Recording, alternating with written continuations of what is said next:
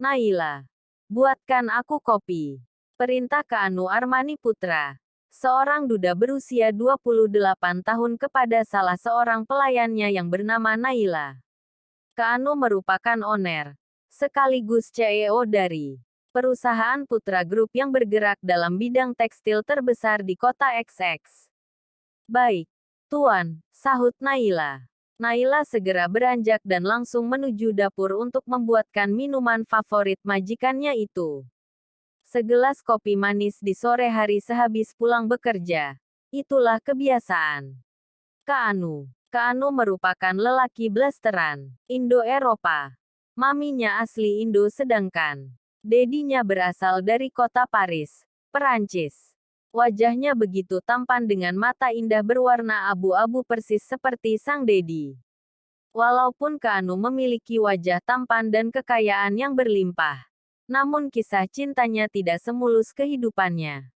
Istrinya meninggal setelah melahirkan anak pertama mereka dan yang lebih menyedihkan lagi. Sehari setelah sang Elbu meninggal, bayinya pun mengikuti jejak sang bunda.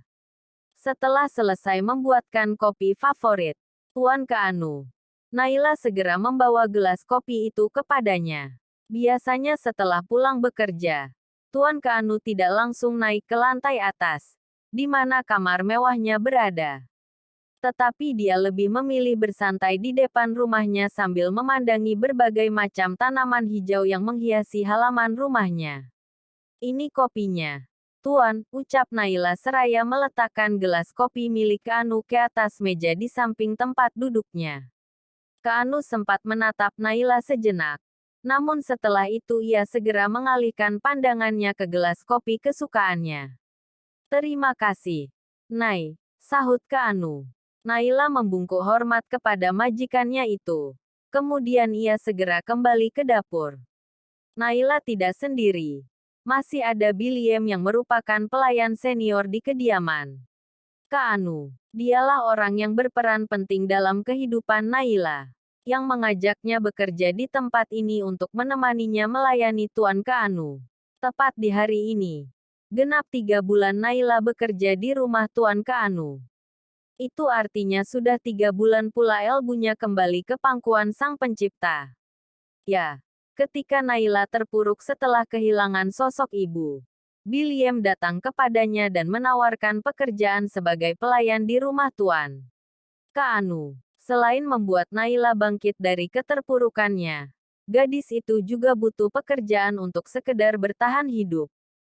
Tak ada lagi sanak saudara yang bisa ia jadikan sandaran hidup selain dirinya sendiri. Ya, di usianya yang begitu muda yakni 16 tahun, Naila harus berjuang sendiri untuk melanjutkan hidupnya.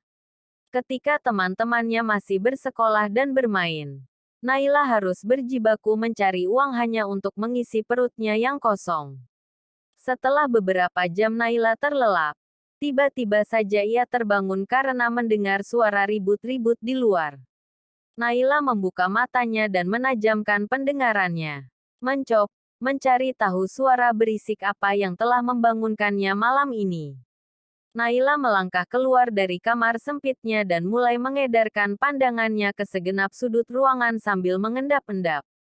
Ketika melewati kamar Biliem, ternyata Biliem masih tertidur nyenyak tanpa terganggu dengan suara berisik dari ruang utama. Naila terus melangkah dengan perlahan sambil mendengarkan suara berat seorang laki-laki yang masih terdengar berteriak-teriak di ruang utama. Dan setibanya di sana, Naila kembali membulatkan matanya ketika mendapati majikannya, Tuan Kaanu tengah mabuk sambil meracau di ruangan itu. Dia terlihat sangat kacau padahal tadi sore lelaki itu masih baik-baik saja. Entah ada apa gerangan. Tak ada yang tahu.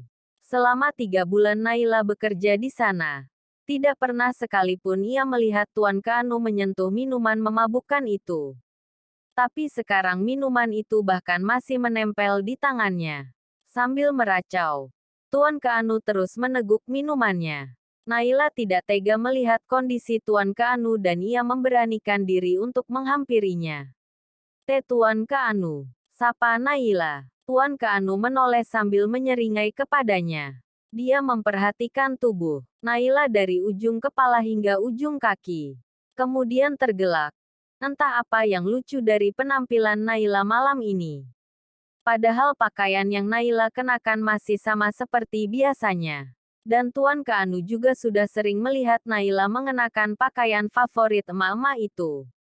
Mungkin karena efek dari minuman memabukkan yang ia tenggak, Naila jadi terlihat lucu di mata Tuan Keanu. "Hai, kamu, bantu aku ke kamar. Aku ingin segera tidur," ucapnya sambil menyeringai. "Baik, Tuan," sahut Naila. Naila segera menghampiri Tuan Keanu dan membantunya berjalan menuju kamarnya. Dengan susah payah, Naila menaiki anak tangga sambil menahan tubuh besar Tuan Keanu agar tidak jatuh. Lelaki itu bahkan tidak sanggup berdiri dengan benar apalagi berjalan sendiri. Dengan penuh perjuangan, akhirnya Naila sampai di depan pintu kamar Tuan Keanu. Naila membuka pintu kamar itu sambil menahan tubuh besar Tuan Keanu. Setelah pintu itu terbuka, Naila menuntun Tuan Keanu ke tempat tidurnya namun tanpa diduga. Tuan Keanu berbalik dan mengunci pintu kamarnya. Tuan. Naila panik karena Tuan Keanu tiba-tiba saja mengunci pintu kamarnya. Tetapi Naila masih berpikir positif kepada Tuan Keanu. Bahwa lelaki itu tidak akan tega berbuat macam-macam kepadanya. Namun sepertinya Naila salah. Tuan Keanu tiba-tiba saja melepaskan seluruh pakaiannya hingga ia benar-benar polos. Naila menutup kedua matanya ketika harus dihadapkan dengan pemandangan yang tak seharusnya ia lihat. Dan itu merupakan kesempatan untuk Tuan Keanu melancarkan aksinya. Dia menyeret tubuh Naila dan melemparnya ke atas tempat tidur. Naila sontak terkejut ketika mendapat serangan brutal dari majikannya itu. Naila tidak berdaya melawan Tuan Keanu. Hingga akhirnya Naila hanya bisa menangis sambil memohon-mohon belas kasihan darinya. "Tuan, ampuni aku. Jangan lakukan ini kepadaku. Tuan, aku mohon." Tangis Naila pecah sambil memohon belas kasihan agar Tuan Keanu tidak melakukan hal aneh kepadanya. Namun usahanya ternyata sia-sia. Pengaruh minuman itu benar-benar membutakan mata hati Tuan Keanu hingga tak ada sedikit pun rasa ibanya kepada Naila. Tuan Keanu menyeringai sambil menarik paksa pakaian yang sedang Naila kenakan hingga akhirnya Naila sama sepertinya. Bertubuh polos tanpa sehelai benang.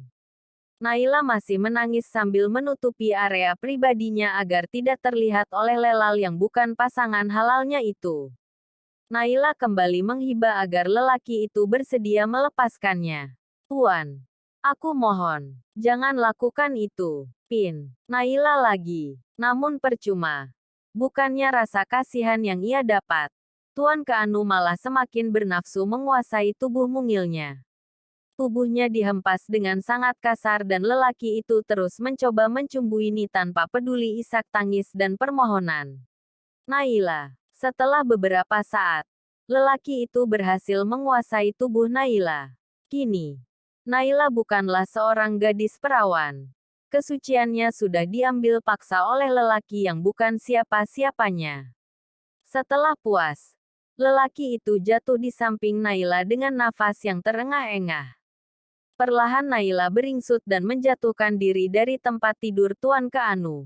Naila meraih pakaiannya yang sudah hancur akibat ditarik paksa oleh lelaki itu.